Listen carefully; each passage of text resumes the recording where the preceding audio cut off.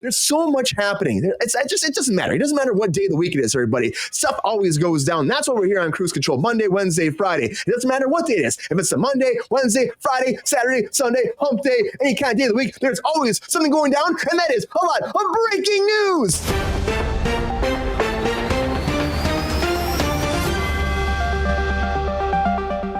All right, the very first thing I want to talk about is Jurassic World, because now, they're saying it's going to be called Jurassic City.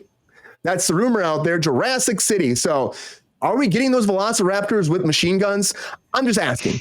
I said I'm down for it before. Let's do it, guys. Machine gun raptors. Maybe you got some triceratops driving a tank. They're probably too big to fit in a fucking tank, but you know what I mean? Maybe those little like squirrely things that shoot like oil at you and fucking shit. Maybe those guys are in there. I don't know. But Jurassic City is the idea. There's still no idea what the premise is, but it makes it seem like it might be a bigger experience. Maybe it'll be going crazy. Like, honestly, like Jurassic City, that sounds cool to me. It really does. So we'll have to wait and see. But what do you think about that? Is that going to be good? I don't know. But everyone's saying it is good, though. It's Dune 2, everybody, because Dune 2 is out. Dune 2 is out. And, of course, Thirsty Daddy himself said he saw it. We will all see it, too. I'm going to watch it this weekend. But they're looking at, like, from last night's opening, like $12 million, which is not too shabby. They're expecting more. They're saying again about this whole aspect of, is it for your parents or is it for younger generations? But the idea is 80, 90 million opening weekend. Hopefully it's more than that. They were actually saying worldwide it might be closer to 150 maybe, but going back and forth. But again, people are raving about this, calling it a cinematic thing. And it's going to be like the best movie ever.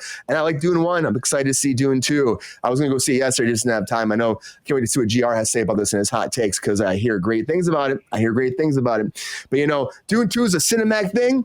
And I got to tell about, Timothée Chalamet, great choice to be in Dune, but he was also Willy Wonka. And Willy Wonka is getting a lot of shit recently because we talked about it on Wednesday, the Willy Wonka thing that went down in the UK, people paying $44 for this. Well, it was a shit show. They call it like a meth lab. Looked like a meth lab. Kids were crying. They eat one piece of candy.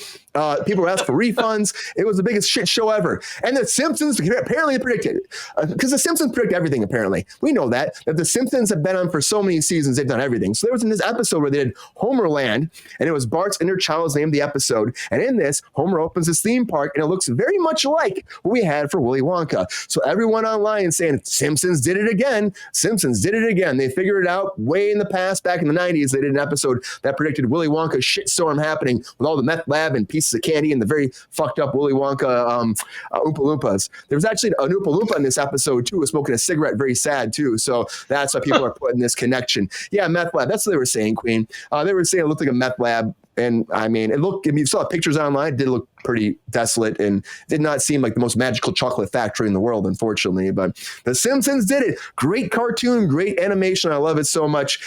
I also would love to see Coyote versus Acme, but now we even have more information coming forward with that, because we talked about this again on Wednesday, that they had a write-off, $115 million write-off at Warner Brothers.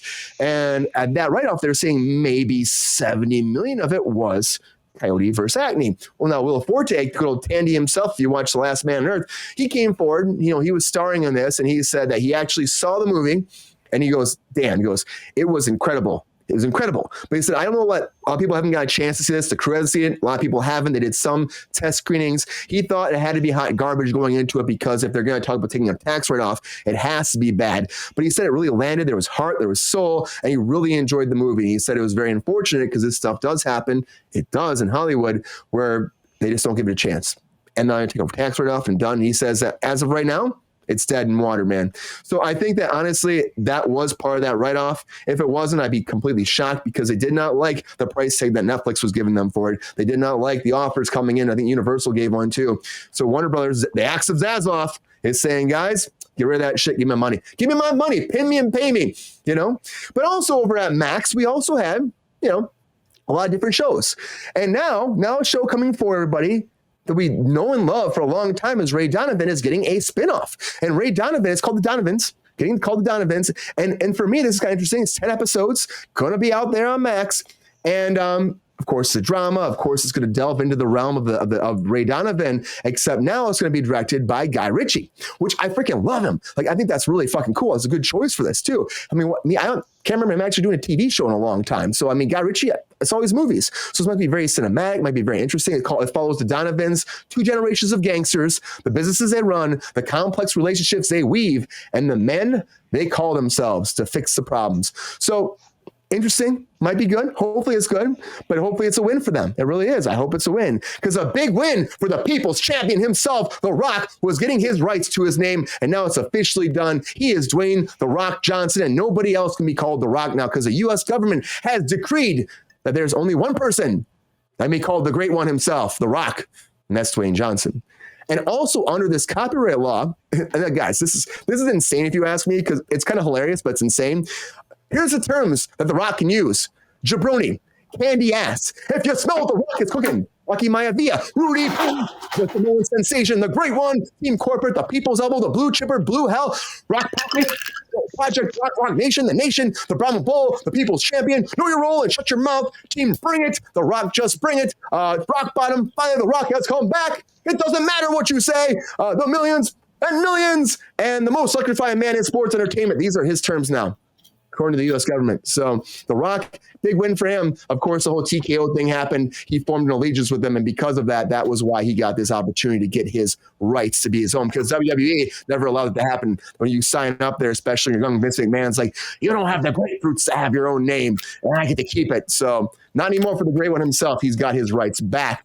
And also coming back is NSYNC one more time, everybody, because JT has an album coming out, and NSYNC is performing on this album. Of course, there's a bunch of rumors. They've been in the studio for a long time trying to produce another whole NSYNC album. But now at 43, JT came forward and said, we have a song. They did The Better Place for the Trolls movie. That was a big hit. Worked really well for them. Now they're doing Paradise. It's on his new album called Everything I Thought It Was, coming out March 15th. And NSYNC is back. I don't know, something like that. I should probably drink on that one, shouldn't I? Yeah, two. Probably two. Flopped recently. A lot of flops there. A lot of flops. Double. Sure, make it a double. But also something coming back that I'm shocked is coming back, but I'm excited as hell. And you probably know this if you've been watching the show. Is Tron Ares. The third Tron movie is happening. Jared Leto's in this. They released the very first picture. Here we go from Tron Ares. Looks like Tron to me. I mean, like, there's not much they're showing here. Everyone's freaking out about it, but you're not really showing much. But Jared Leto's in here. It follows a highly sophisticated program named Ares, Jared Leto, who is sent from the digital world into the real world on a dangerous mission marking humankind's first encounter with AI beings. Of course, it's AI based. Everything's AI based this year. And then honestly, that was Tron overall. So I love the concept of Tron. I hope Jeff Bridges comes back somehow. Come on, man. He's got to come back. We need the dude in this shit. I don't care how you do it, how you spin it, and make it happen. I know he kind of was gone at the end of the last one, but honestly, give me more Tron. Give me more Tron and give me more X-Files, because X-Files is still moving forward with the reboot, everybody. And I'm not really excited about this reboot as much as I could be. It might be good. But, Coogler is doing this whole thing, and Ryan Coogler, and he's, of course, been very popular with a lot of his projects he's made, the Creed, working on Wakanda. He's done a lot of big stuff. But he came forward not too long ago, we talked about this in the show, where he was doing a reboot, a spinoff, and he was going to make his own version, make it more diverse, and change the whole dynamic. No Mulder, no Scully. He's brought a new group of FBI agents in the same universe of Mulder and Scully. So they could still exist. But again, who knows? You're doing a reboot, whatever. But, you're talking about this, and it's like we found out more and more that they have the rights, Fox. Like, Fox has all the rights. It doesn't even matter if they go to anybody to ask for rights for this, too. So they can do whatever the hell they want. And honestly, in Mulder and Scully, if they want to go back, I'm being told that they might do more. But we'll have to see what happens, because honestly, it comes down to the money for those two. I just don't think they would do any more. I just think at this point, Mulder and Scully are done. That's why we have this reboot. They probably went to them first and it's not going to happen. But I hope that whoever they cast are not hacks and mess up the X-Files. Oh, I'm saying. But Hacks is coming back, everybody. That's right, for a third season. May 2nd, everybody. 9 episodes coming out. I stopped watching after the first season. I liked the first season. It just fell off my radar, I guess. And they're moving forward. This, honestly, it's a very fun concept. I enjoyed what I saw so far. But it's a year after parting. Deborah Vance is riding high on success of her stand-up special, while Ava pursues new opportunities back in Los Angeles.